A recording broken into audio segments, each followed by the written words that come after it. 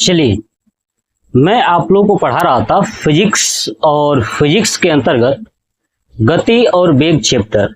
गति और वेग चैप्टर में मैंने बहुत सारे टॉपिक्स कंप्लीट करा दिया है। आई थिंक आपने सभी टॉपिक्स को अच्छे से देखा होगा। आज मैं आपको बताने वाला हूं कि गति को निरूपित करने के लिए जो ग्राफीय निरूपण है, यानी ग्राफ के माध्यम से हम लोग गति को कैसे निरूपित करेंगे, पूरा ग्राफ मैं आपको समझाऊंगा और याद करने का एक बेहतरीन कॉन्सेप्ट भी दूंगा, जिस कॉन्सेप्ट के थ्रू आप अच्छे से याद कर सकते हो। और याद ही नहीं बल्कि आप पूरे जीवन में इस गति का जो ग्राफ है वो कभी नहीं भूलोगे। तो चलिए देखते हैं कि आखिर में गति को निरूपित करने के लिए कैसे ग्राफ की आवश्यकता होती है। ठीक है, तो हेडिंग यही है आपका कि गति को निरूपित करने के लिए ग्राफ, या सिंपल में कहूं तो कह सकते हैं कि गति का ग्राफीय निरूपण। बात समझ में आया? गति का ग्राफीय निरूपण यानी हम लोग देखेंगे गति को ग्राफ पर कैसे दिखाएंगे। तो देखिए, गति को ग्राफ के ऊपर निरूपित करने के लिए आपको तीन तरह के ग्राफ पढ़ने होंगे। पहला जो ग्राफ पढ़ेंगे वो दूरी और समय का ग्राफ है ना, दूरी समय ग्राफ। दूसरा जो पढ़ना है वो पढ़ना है विस्थापन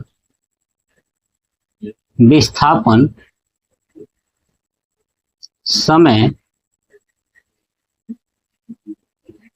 ग्राफ। ठीक है,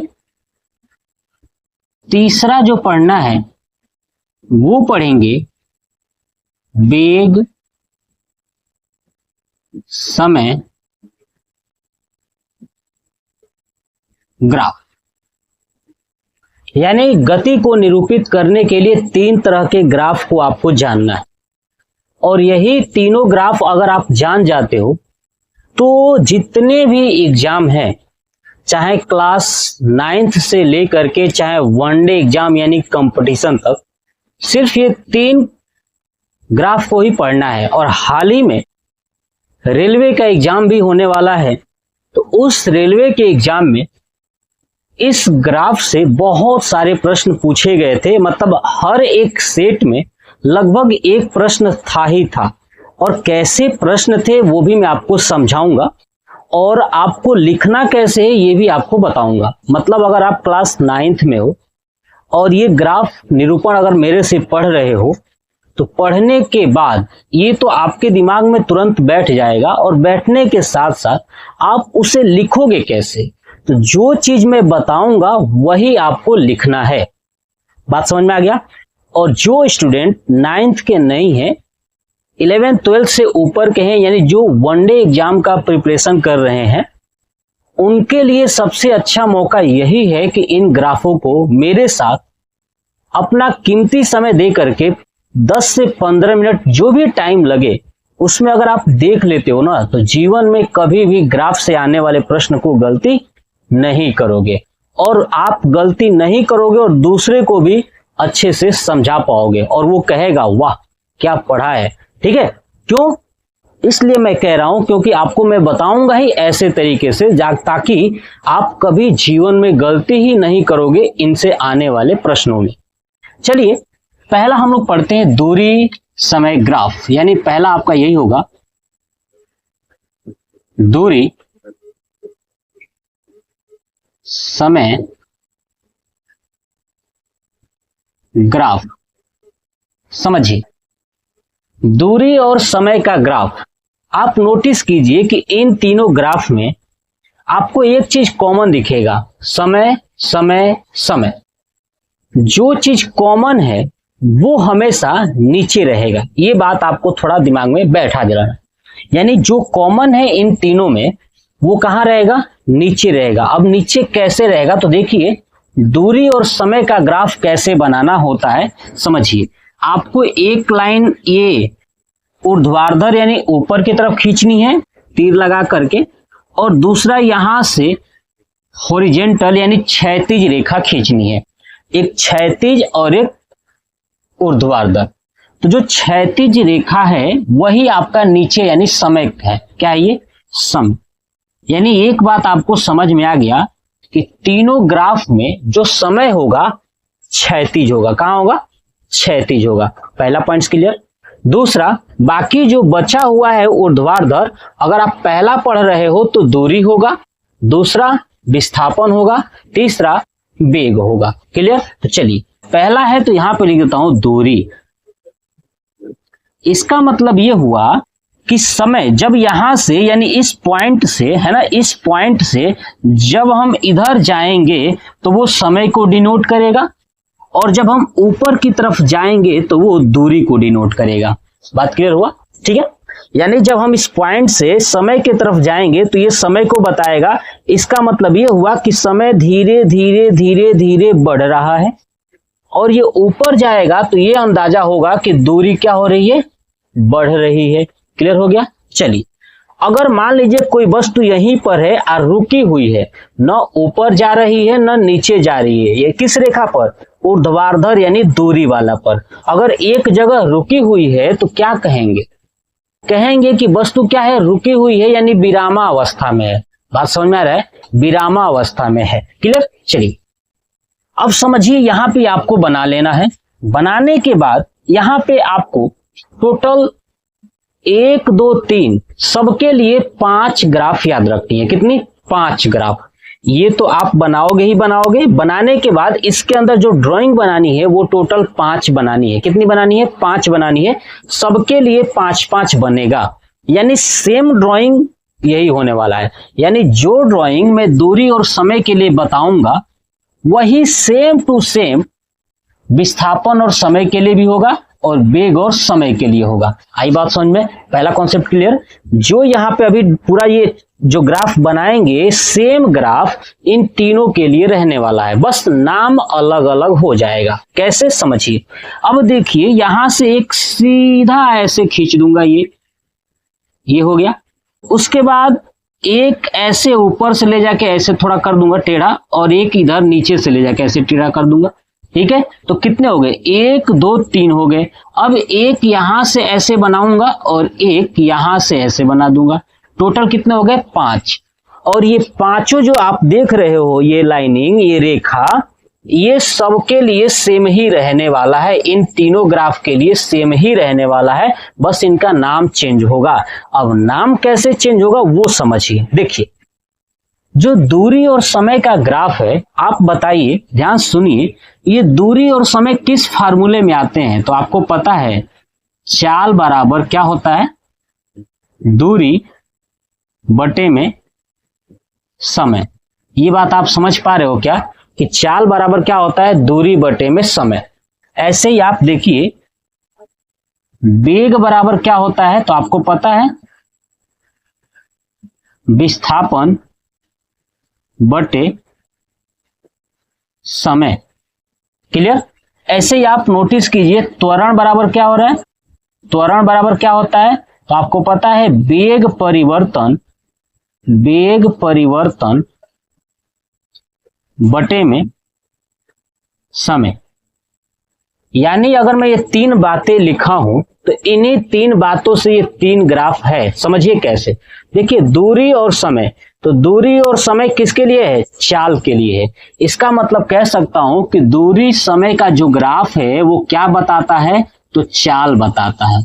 बात समझ में आ गया ना?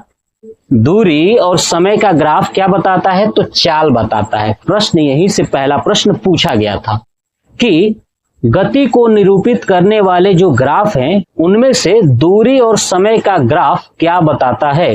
तो दूरी और समय का जो ग्राफ है वो क्या बताता है, आपका चाल बताता है, यानी स्पीड बताता है। दूसरा देखिए विस्थापन और समय। तो आप देखिए यहाँ पे विस्थापन और ये समय, तो विस्थापन और समय का जो ग्राफ है वो क्या बताएगा, आपका वेग बताता है। क्या बताता है, वेग।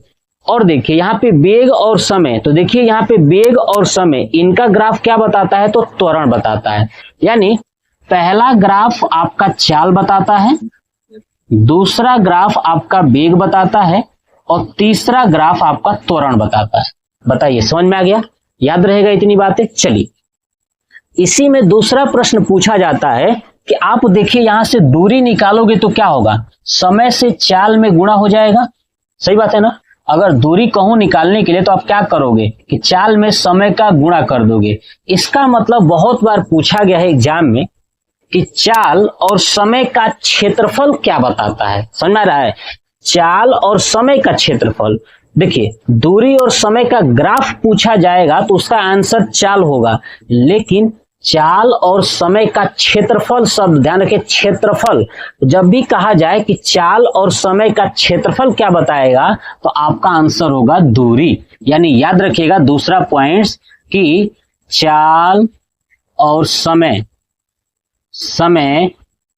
का क्षेत्रफल तो क्या बताएगा, चाल और समय का, तो याद रखिएगा वो बताएगा आपका दूरी। ये बात समझ में आ गया। ऐसे ही वेग और समय का क्षेत्रफल है ना, वेग और समय का जो क्षेत्रफल है, क्षेत्रफल का मतलब गुणा, ठीक है, याद रखिएगा गुणा, ठीक है। तो इन दोनों का गुणा यानी वेग और समय का जो क्षेत्रफल है वो क्या बताएगा, आपका विस्थापन बताएगा। यानी दूसरी बात। तीसरा वाला एग्जाम में कभी नहीं पूछा है कि त्वरण और समय का क्षेत्रफल, कभी नहीं पूछा है। ये दोनों पहला और दूसरे का जो मैंने अभी बताया क्षेत्रफल वाला, वो रेलवे है ना, रेलवे जो लोको पायलट है ALP, ठीक है, इसमें पूछा गया था 2018 में, ठीक है, जो रेलवे ALP 2018 हुआ था उस टाइम इससे प्रश्न पूछे गए थे। जो मैंने अभी क्षेत्रफल वाला बताया कि चाल और क्षेत्रफल का जो मतलब कि चाल और समय का जो क्षेत्रफल है वो क्या बताता है, तो दूरी बताता है। वेग और समय का क्षेत्रफल क्या बताता है, तो विस्थापन बताता है। इतनी बात आपको याद रखनी है। अब चलिए आते हैं अपने ग्राफ के ऊपर। मैंने बताया था कि यही ग्राफ सेम टू सेम तीनों के लिए है, बस नाम चेंज होगा। जैसे यहाँ दूरी है तो दूसरे के लिए विस्थापन हो जाएगा, पहले के लिए दूरी है तो दूसरे के लिए विस्थापन, तीसरे के लिए वेग हो जाएगा। क्लियर। चलिए तो इतना बात आपको पता चल गया कि दूरी और समय का ग्राफ क्या बता रहा है, तो आपको पता चल गया ना क्या बताता है, तो चाल बताता है। समझ में आ गया। विस्थापन और समय क्या बता रहा है, तो आपका वेग बता रहा है। क्लियर हुआ। वेग और समय क्या बता रहा है, तो आपका त्वरण बताता है। क्या बताता है, त्वरण बताता है। क्लियर हो गया ना बात। चलिए अब जो इसमें नामकरण होगा इन्हीं चाल, वेग और त्वरण से संबंधित होगा। कैसे, समझिए। देखिए अब देखिए इसका नाम मतलब नंबरिंग लिख देता हूं। पहले ये मान लेता हूं ये 1 नंबर है ताकि मुझे बताने में कोई दिक्कत ना हो। ये 2 नंबर है, ये 3 नंबर है और ये 4 नंबर है और ये 5 नंबर है। ठीक है, समझिए। देखिए आप नोटिस कीजिए कि 1 नंबर क्या कह रहा है, 1 नंबर ये समय की तरफ जा रहा है। कहां जा रहा है, समय की तरफ। इसका मतलब कि समय बढ़ रहा है लेकिन दूरी की तरफ नहीं जा रही है, मतलब दूरी नहीं बढ़ रहा है। तो ये बताइए संभव कब हो सकता है कि समय बढ़े लेकिन दूरी न बढ़े। ये तब ही संभव हो सकता है जब हम कहीं चुपचाप खड़े हो जाएं। मतलब हमने ऐसे खड़ा हो गए, अब जब हम ऐसे खड़ा हो गए तो आप नोटिस कीजिए कि जब मैं खड़ा हूं तो समय तो बढ़ ही रहा है ना। जब मैं चल ही नहीं रहा हूं, दूरी बढ़ ही नहीं रही है, जब हम चुपचाप खड़े हैं तो समय तो रुका नहीं है, समय तो बढ़ ही रहा है। इसका मतलब हम किस अवस्था में है, विरामावस्था में, रुके हुए हैं, विराम में है। बात समझ में आ रहा है ना, समझते हो ना। हाँ, तो हम किस में है, विरामावस्था में, मतलब विराम में है। तो पहला क्या बताता है, पहला जो ये ग्राफ आपको दिखाई दे रहा है, ये पहला ग्राफ आपको बताता है कि वस्तु क्या है, विरामावस्था में है। कौन सी अवस्था में है, वस्तु विरामावस्था में, पहला बता रहा है। समझ में आ गया। चलिए अब देखिए दूसरा देखिए क्या बता रहा है। दूसरा समझिए आप ध्यान से, आप नोटिस कीजिए कि ये यहां से उठकर जा रहा है, फिर जाने के बाद ऐसा लग रहा है कि धीरे धीरे आगे जाके कहीं ना कहीं नीचे गिर जाएगा। बताइए समझ में आ रहा है? ये ऐसे उठ रहा है तो लग रहा है कि धीरे धीरे नीचे की तरफ चला जाएगा। अब आप ऐसे ही 4 नंबर को देखिए, ऐसा लग रहा है कि धीरे धीरे ये ऊपर उठता हुआ चला जाएगा। समझ में आ रहा है? और धीरे धीरे क्या हो जाएगा, ये ऊपर उठते हुए धीरे धीरे आगे की तरफ निकल जाएगा। अगर नीचे आप नहीं भी गिराना चाहो तो आप समझिए कि धीरे धीरे ये आगे की तरफ ऐसे जाएगा और धीरे धीरे ये ऊपर की तरफ जाएगा। ये बात आप क्या समझ पा रहे हो? मतलब ये कि जो दूरी और समय का जो ग्राफ चाल बता रहा था, इसका मतलब दूसरा ये कह रहा है कि धीरे धीरे जो चाल है वो धीरे धीरे कम होती जाएगी। क्या होती जा रही है? दूसरा बता रहा है कि चाल धीरे धीरे क्या होती जा रही है? घटती जा रही है। क्यों घटती जा रही है? तो सर देखिए, अगर ये दूरी ऊपर की तरफ बढ़ते जाता है, इसका मतलब कि चाल बढ़ रहा है। नहीं, आप चाल बढ़ाओगे तो ज्यादा दूरी तय करोगे ना, तो चाल बढ़ ही नहीं रहा है। ऐसा लग रहा है कि धीरे धीरे ये झुक गया है, ऐसे निकलता जा रहा है। मतलब कि ऊपर नहीं जा रहा है, दूरी बढ़ ही नहीं रहा है। तो जब दूरी बढ़ेगा ही नहीं तो चाल कहां से बढ़ेगा? यानी दूसरा बता रहा है कि चाल क्या हो रही है? घट रही है। यानी दूसरा बता रहा है कि चाल घट रहा है। क्या हो रहा है? घट रहा है। ठीक है, याद रखिएगा। दूसरा क्या बताता है? चाल घट रहा है। क्लियर? चलिए तीसरा देखिए। अब आप कहोगे सर चाल ही आपने क्यों कहा? तो मैंने आपको क्या बोला कि वेग और अब समय, आप दूरी और समय का जब ग्राफ है तो क्या बता रहा है? हमको तो पता है चाल ही बता रहा है, तो चाल ही ना घटेगा। चलिए अब आप देखिए तीसरा नंबर देखोगे कि ये न ही दूरी की तरफ जा रहा है न ही समय की तरफ जा रहा है, बल्कि ये सीधे बीचों से निकल रहा है। तो आपको क्या लग रहा है कि ये दूरी से भी समान दूरी पर है और समय से भी समान है ना? आपको नहीं दिख रहा है ऐसा कि दोनों तरफ से ये बराबर चल रहा है ना? दोनों तरफ से बराबर चल रहा है, यानी समय भी उतना ही और दूरी भी उतना ही। इसका मतलब कि समान समय में समान दूरी तय करता है, तो उस समय जो चाल होती है वो आपका एक समान चाल होती है। क्या होता है? एक समान चाल होती है। ये बात समझ में आ गया? चाल क्यों? क्योंकि दूरी समय चाल ही बताते हैं। तीसरा बता रहा है कि ये एक समान चाल है। क्या है? एक समान चाल। एक समान चाल से चल रही है वस्तु, तीसरा बताता है। आप यही चीज अगर क्लास 9th में आप हो तो क्लास 9th में अगर हो ना तो आप इसी चीज को बढ़ाकर लिखोगे। क्या लिखोगे, कैसे लिखोगे? मैं 1-2 पॉइंट समझाता हूं, आप बाकी वैसे ही लिखिएगा। समझिए, जैसे आपको ये ग्राफ बनाना है और आपके एग्जाम में आएगा, कहेगा कि दूरी और समय का ग्राफ खींचिए, तो आप ये ग्राफ बनाओगे और आपको मैं बता दूं कि मैं एक ही ग्राफ में दूरी और समय में 5 ये रेखाओं बता दिया हूं, रेखा को खींच करके। बल्कि आप ऐसा मत कीजिएगा, आप अलग अलग एक एक का ग्राफ बनाइएगा। जैसे मान लीजिए कि आपको ये दूरी और समय का बनाना हो तो आप पहले ये खींच लीजिए ऐसे, ठीक है। खींचने के बाद आप देखिए कि आपको ये 1 नंबर दिखाई दे रहा है, तो ये केवल 1 नंबर ये बना देना है, केवल ये पहला ग्राफ हो गया। फिर दूसरा बनाइए, ऐसे करिए दूसरे के लिए, फिर अलग से दूसरा बनाइए, फिर उसके लिए आप ऐसे बना दीजिए, जैसे मैंने 5वें नंबर वाला बना दिया। तो ऐसे आपको अलग अलग सबका बनाना है। ये बात आप दिमाग में बैठा लो, ठीक है, क्लास 9th वाले। और लिखोगे कैसे कि ये पहला ग्राफ है, तो पहले ग्राफ के नीचे लिखोगे, क्या लिखोगे कि इस ग्राफ में वस्तु विरामावस्था में है ना? ये पहला नंबर है ना, ये वाला, तो इसमें क्या था? विरामावस्था नाम। तो कहेंगे कि इस ग्राफ में वस्तु विरामावस्था में है, क्योंकि दूरी बढ़ नहीं रहा है बल्कि समय बढ़ रहा है। ये बात आपको समझ में आ गया? तो ऐसे ही आप लिखोगे। दूसरा देखिए, यहाँ पे चाल घट रहा है, तो क्या देखिए, आप देख रहे हो ना, समय के साथ चाल घट रहा है। तो दूसरे के लिए, यानी इसमें मैंने ये पिक्चर बनाया है, अब आप मान लीजिए कि दूसरा आप ये बनाओगे, तो आप क्या लिखोगे कि इस दिए गए ग्राफ में है ना, वस्तु की चाल समय के साथ धीरे धीरे घट रही है।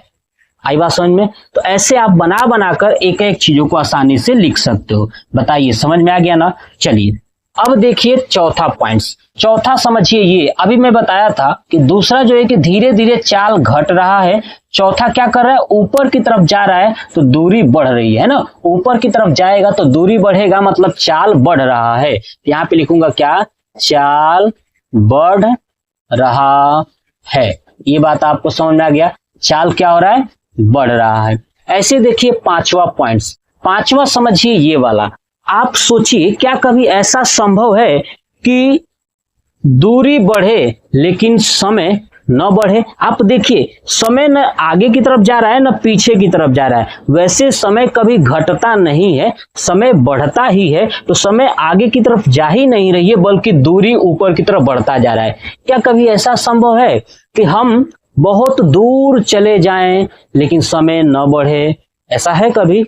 नहीं है, ये असंभव है। यानी पांचवा नंबर जो ग्राफ है ये असंभव ग्राफ है। कौन सा ग्राफ है?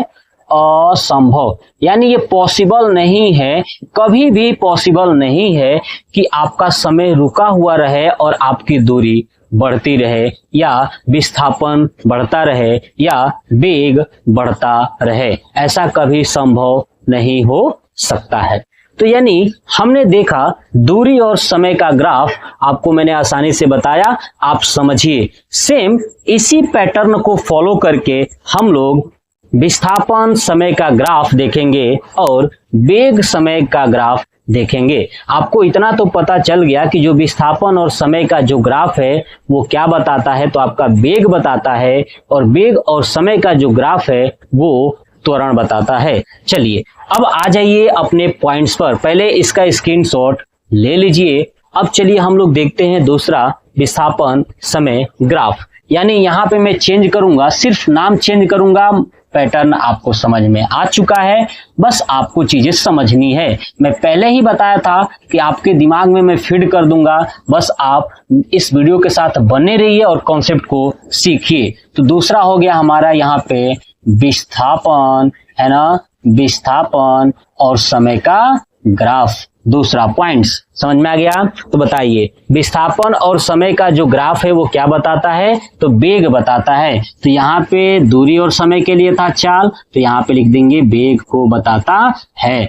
अब बताइए विस्थापन और समय का जो ग्राफ वेग बताता है, तो मैंने बताया था कि वेग और समय का जो क्षेत्रफल है ना, वेग और समय का जो क्षेत्रफल है वो आपका विस्थापन बताएगा।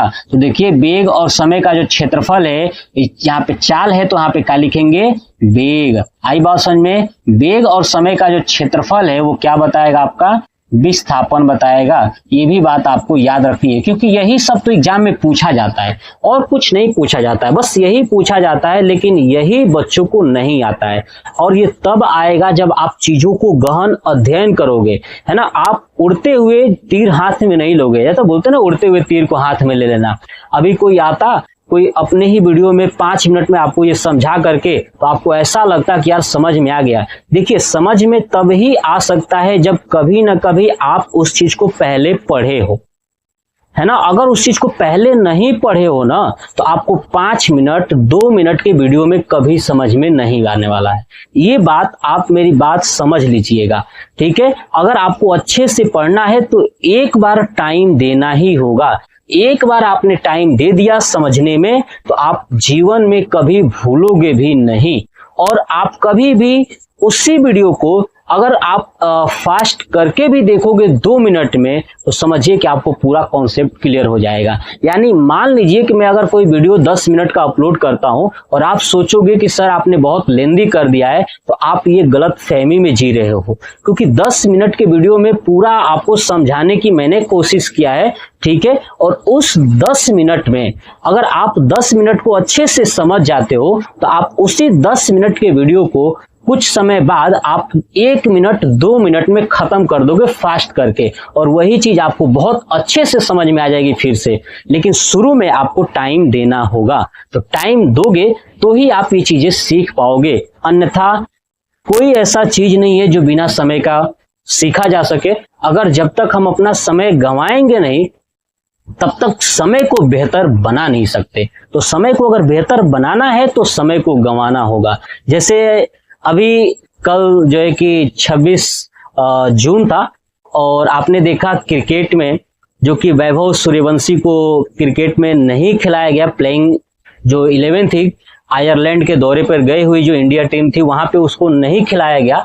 तो ऐसा नहीं कि वैभव सूर्यवंशी हार चुके हैं, नहीं, वो व्यक्ति भले ही 15 साल का है, लेकिन एक बात बता दूं, उसके अंदर जो टैलेंट है ना, वो उसने अपने 15 साल के कैरियर को बनाने के लिए पीछे उसने 10-12 साल मेहनत किया हुआ है। यानी जन्म के 2-3 साल बाद हटा दिया जाए तो उतने 12 साल मेहनत किया है इस 15 साल की उम्र में इंडिया के मतलब इंडिया के टीम में आने के लिए। तो सोचिए कितनी बड़ी मेहनत है। और हम और आप सिर्फ एक ही चीज सोचते हैं कि आज ही हमें सफलता मिल जाए। जीवन का कोई भी ऐसा चीज नहीं है जो आपको एक दिन में सफलता दिला सकती है।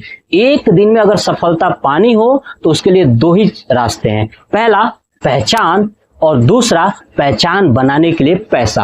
अगर आपके पास ये दोनों है ना तो फिर आप आगे बहुत जल्दी बढ़ जाओगे, क्योंकि अगर आपका पहचान है तो आप प्रधानमंत्री बन सकते हो और पैसा है तो आप एक आईएएस भी बन सकते हो, ठीक है।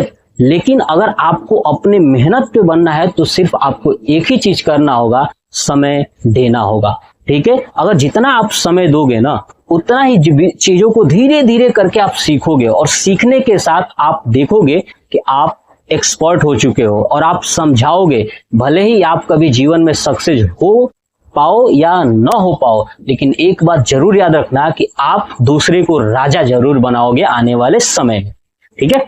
चलिए समझते हैं अपने कॉन्सेप्ट को।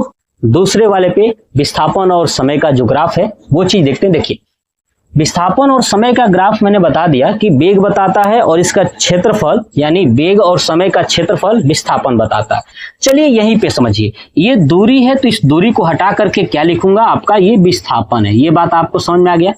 बताइए समझ में आ गया? ये विस्थापन है। चलिए सेम सब कुछ यही रहने वाला है, मैं पहले भी बता चुका था। अब देखिए यहाँ पे पहला, समय बढ़ रहा है, वस्तु में विस्थापन यानी ये भी एक प्रकार का दूरी ही तो है। विस्थापन क्या है? दूरी ही तो है। तो ये दूरी बढ़ नहीं रही है ना। यानी पहला यही कंडीशन बता रहा है कि भैया वस्तु विरामावस्था में ही है, यानी विस्थापन एक प्रकार का दूरी ही तो है। आपको मैं पीछे भी बताया था कि भैया विस्थापन दूरी ही है ना। जो दूरी का सबसे शॉर्ट यानी सबसे न्यूनतम दूरी होगा ना वही आपका विस्थापन होता है, ये मैंने बताया था। तो विस्थापन अगर आप देख रहे हो कि विस्थापन बढ़ ही नहीं रहा है, बस समय बढ़ रहा है, इसका मतलब कि वस्तु विरामावस्था में है। पहला यही बता रहा है। चलिए दूसरा देखिए, दूसरा कॉन्सेप्ट देखिए। आपको दिख रहा था कि चाल घट रहा है, दूसरा दिख रहा था ना, किसमें? दूरी और समय के ग्राफ में चाल घट रहा था। तो सेम यही विस्थापन और समय के ग्राफ में वेग है, तो यहाँ पे कौन घटेगा? वेग घटेगा। कौन घटेगा? वेग घट रहा है। और चौथा में क्या होगा? वेग बढ़ रहा है। समझ में आ गया? ये वेग क्या हो रहा है? तो आपका बढ़ रहा है। अब देखिए तीसरा देखिए, इसमें एक समान चाल था तो देखिए ना यहाँ पे एक समान वेग हो जाएगा। बात समझ में आ रहा है? क्लियर समझ में आ गया ना मेरी चीजें? ठीक है, जो चीज मैंने बताया आपको समझ में आ गया। चलिए पांचवा देखिए, मैंने पहले भी बताया था बबुआ, देखो समय यहाँ पे क्या है? समय तो रुका हुआ है और विस्थापन बढ़ रहा है। ऐसा संभव है क्या? क्या कभी ऐसा संभव है कि समय जो है कि रुका रहे और दूरी बढ़ता रहे, विस्थापन बढ़ता रहे? कभी हो ही नहीं सकता। इस पूरा दुनिया का कोनो इंसान ऐसा नहीं है जो समय को रोक सकता है। आज जो कहता है ना कि समय बदल देंगे, बाबू घबराओ नहीं, समय तुमको बदल देगा अगर तुम समय पर नहीं बदले तो। ठीक है, तो बस वही है पांचवा, ये असंभव है, ये बिल्कुल असंभव है, इसका कोई मायने नहीं रखता। ठीक है, यानी पांचवा जो है कि असंभव ग्राफ है। तो आप इसका भी स्क्रीनशॉट ले लीजिए। चलिए अब देखते हैं तीसरा पॉइंट, वेग और समय का ग्राफ। समझिए यहां पे तीसरे के लिए यहां पे क्या चेंज करूंगा, लिखूंगा वेग, है ना। तीसरा आपका क्या है? वेग और समय का ग्राफ। अब बताइए वेग और समय का ग्राफ क्या बता रहा है? त्वरण। तो यहां पे वेग की जगह पे क्या लिख दूंगा? त्वरण। आई थिंक आपको समझ में आ चुका होगा सब कुछ। चलिए, और ये जो समय का क्षेत्रफल है इसको हटा देना है क्योंकि यहाँ पे कोई मायने नहीं है इसका। अब इसमें नहीं, केवल दो ही में आपको याद रखना है। क्लियर ना? चलिए अब यहाँ पे जहां विस्थापन है इसको मैं भी हटा दूंगा और यहाँ पे क्या रहेगा आप बता सकते हो ना? क्या बता सकते हो? राइट, वेग। यहाँ पे होने वाला है आपका वेग, और ये समय, सब कुछ नंबरिंग वही। और 9th वालों को मैं पहले भी बता चुका हूं, आप अलग अलग बनाओगे, बातों को लिखोगे। चलिए देखिए, अब समझते हैं, कॉन्सेप्ट समझिए। यहाँ पे ये चीजें मैंने लिखा हुआ है, जो परिवर्तन होगा मैं यहाँ पे करूंगा, आप समझिए। पहला आप क्या देख पा रहे हो? ऐसा लग रहा है कि वेग तो बढ़ नहीं रहा है ना, वेग ऊपर जा नहीं रहा है, लेकिन समय बढ़ रहा है। क्या लगता है? मान लीजिए कि हम 10 के स्पीड से गाड़ी चला रहे थे, और स्पीड मैंने बढ़ा भी नहीं रहे हैं और कम भी नहीं कर रहे हैं। आप देख रहे हो क्या? ये क्या नीचे आ रहा है? नहीं ना। ऊपर जा रहा है? नहीं ना। स्पीड कम भी नहीं हो रहा है और स्पीड बढ़ भी नहीं रही है, लेकिन समय बढ़ रहा है। इसका मतलब लगता है कि हम बराबर स्पीड से चल रहे हैं। मतलब अगर मैं यहाँ पर 10 की स्पीड से गाड़ी चला रहा हूं, ठीक है, और स्पीड मैंने ज्यादा भी नहीं किया और स्पीड मैंने कम भी नहीं किया। वैसे स्पीड में इसलिए कह रहा हूं कि देखिए, वेग और स्पीड दोनों एक जैसे हैं। मैं पीछे भी बता चुका हूं, और जिन दोस्तों ने देखा होगा ना चाल और वेग वाला, उसमें उनका सबका डाउट्स खत्म हो चुका होगा, जिन्होंने देख लिया होगा। ठीक है, तो ये दोनों एक ही जैसे हैं, तो इसीलिए मैं वेलोसिटी न कह के स्पीड कह रहा हूं, ताकि स्पीड सब लोग जानते हैं, वेलोसिटी ज्यादा लोग नहीं जानते हैं। मतलब कि आपसे मैं कहूं कि आप गाड़ी चलाते हो, तो बताइए आप गाड़ी की स्पीड देखते हो या वेलोसिटी देखते हो? तो आप कहोगे नहीं सर, हम तो स्पीड देखते हैं। तो जी हाँ, वही स्पीड की मैं बात कर रहा हूं कि आप जो इसको स्पीड देखते हो ना, इसलिए मैं स्पीड से समझा रहा हूं।